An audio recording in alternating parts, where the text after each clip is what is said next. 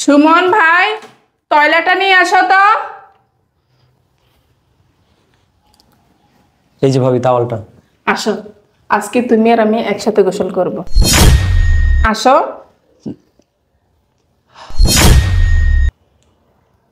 কি হয়েছে তোমার? প্রতিদিন তো তুমি ডাকো আমাকে, আজকে আমি ডাকতেছি, তুমি আসতেছো না। আসো।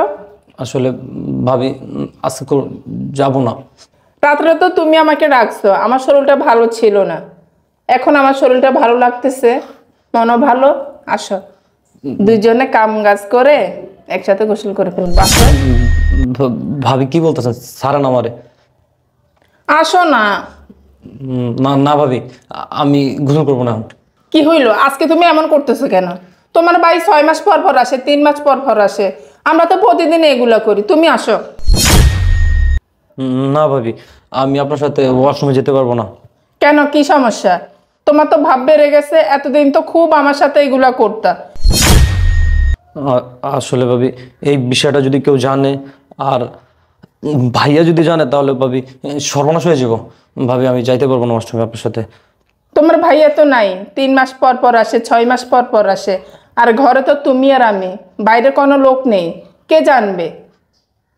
থাক ভাবি, আপনি আমার ছাইরা দেন, আমি যাবো না। আর আসো তো, আমার তস হইতেছে না। কখন আসলে তুমি? অনেকক্ষণ হয়েছে, আর এখানে দাঁড়া দাঁড়িয়ে এত সব কথা শুনছি। এদিকে শয়তান একটা বাচ্চা। আয়, যা। এদিকে আয়, যা। যা।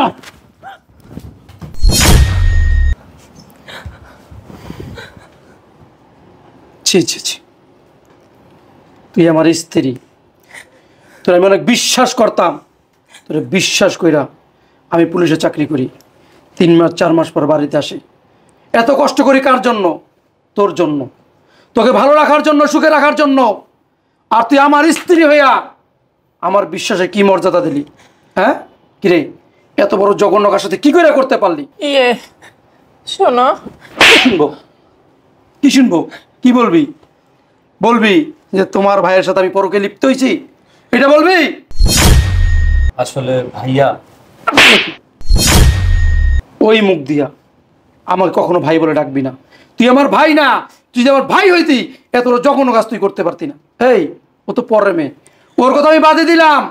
তুই তো আমার ভাই, আমার রক্তের আপন ছোট ভাই।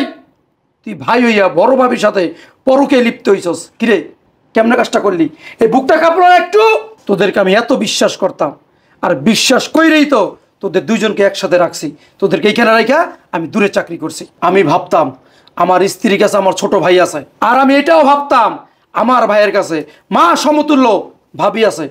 আর তোদের ভিতরে এই সম্পর্ক, ছি!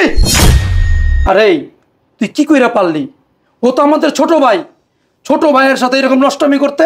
হেই, তোর ভাবিকে যখন আমি বিয়ে করি তুই ছোট্ট ছিলি, ছোট্ট ছিলি। এই ভাবি তোকে কোলে পিঠে করে মানুষ করছে, গোসল করাই দিত, স্কুলে পাঠাইতো, লেখাপড়া শিখাইছে। তুই লেখাপড়া কইরা, আরে বড় ভাবি তো মায়ের মতো হয়, হ্যাঁ, সন্তানের মতো তোকে লালন পালন করছে। কিরে, এই কাজটা করতে তোর বিবেক বাঁধলো না একটু? কিরে, বাঁধলো না?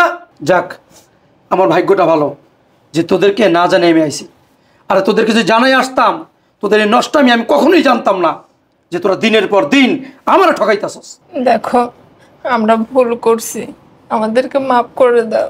কি বললি? তুই ভুল করছস? এইটা ভুল? আমার অগোচরে আমার ছোট ভাইয়ের সাথে দিনের পর দিন তুই নষ্টামি করে যাইতাছস আর বলতাছস এটা ভুল করছস? আসলে ভাইয়া, ভুল ভাবিরও ছিল, আমারও ছিল।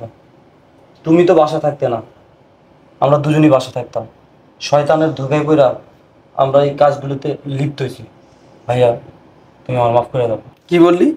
তোকে মাফ করে দেব? আর তুই আমার ভাই, তুই যদি আমার কাছে আমার জীবনটা চাইতি আমি জীবন দিয়ে দিতাম, কিন্তু এমন একটা পাপ করছস যে পাপের কখনো ক্ষমা হয় না। কিরে, কি করে কাজটা করতে পারলি? হ্যাঁ, তোর ছোট রাইখা আব্বা আম্মা দুনিয়া থেকে বিদায় হয়ে গেছে।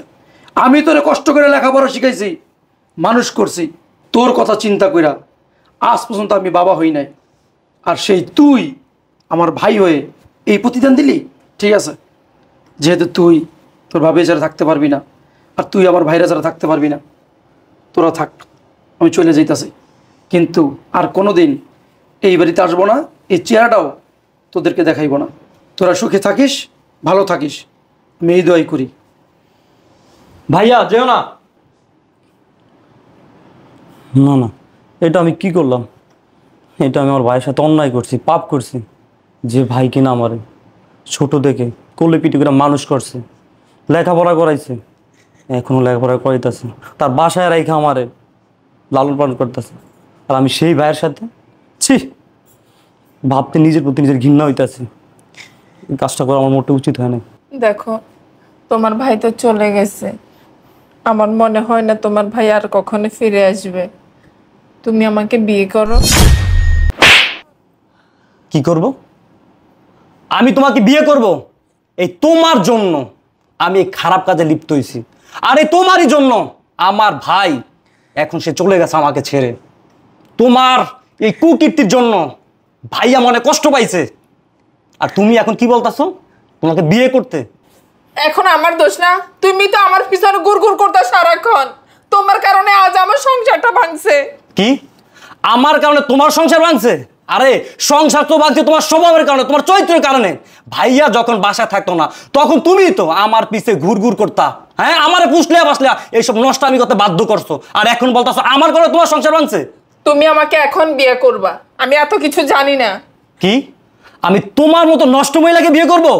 আমি যা করছি পাপ করছি। তুমি এখন এই মুহূর্তে আমাদের বাসা থেকে বেরোয় যাও। এখন আমি নষ্ট না? তুই কি ধোয়া তুলসী পাতা? ভাবি, তুমি ভুলে যাও না, এই নষ্টামি করার জন্য না তুমি প্রথম আমাকে আগে প্রস্তাব দিছো, আর এখনো ভালো ভালো বলতাছি বাসা থেকে বের হয়ে যাও। আমি বের হব না, আমি কোথাও যাব না। ভাইয়া কি বলছে? ভাইয়া বলছে না তোমার সাথে সংসার করবে না, আর এই বাড়িতে আর আসবে না। এই বাড়িটা কিন্তু আমাদের। তুমি এখন ভালো ভালো বলতাছি বাসা থেকে বের হয়ে যাও। যাচ্ছ না কেন? দাঁড়িয়ে আছো কেন? আমি এই বাড়ি ছেড়ে কোথাও যাব না, এটা আমারও বাড়ি। কি এটা তোমার বাড়ি? আর তোমাকে কিভাবে বের করতে হয় সেটা আমি ভালো করে জানি।